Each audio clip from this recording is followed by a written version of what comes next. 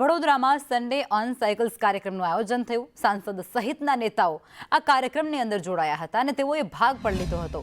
55માં એડિશનની અંદર મોટી સંખ્યામાં ત્યાં લોકો જોડાયા હતા।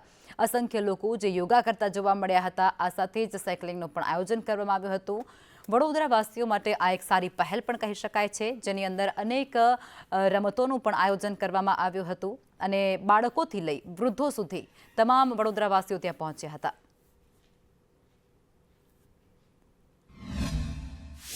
જે સન્ડે ઓન સાયકલ જે માન્ય મંત્રીશ્રીના માર્ગદર્શન હેઠળ પણ ચાલતું હશે, એ અત્યારે વડોદરા સિટી ખાતે પહેલીવાર આવ્યું છે। એટલે આપણા વચ્ચે માન્ય સાંસદ ડૉક્ટર હેમાંગ જોશી, સિટી સંગઠનના પ્રમુખશ્રી બધા આપણે સાથે જ ઊભા છે અને આજે રિજનલ સ્પોર્ટ્સ ડિરેક્ટર પણ અહીંયા ઉપસ્થિત છે અને ભારત સરકારમાંથી પણ તેના બધા અધિકારીઓ છે। આની મૂળ હેતુ એ છે કે ફિટ ઇન્ડિયા મૂવમેન્ટને આગળ દબાવતા સન્ડે ઓન સાયકલ્સ, એક દિવસ સાયકલ્સમાં તમામ લોકો એકસાથે મળીને ફિટનેસ ઉપર ફોકસ કરે।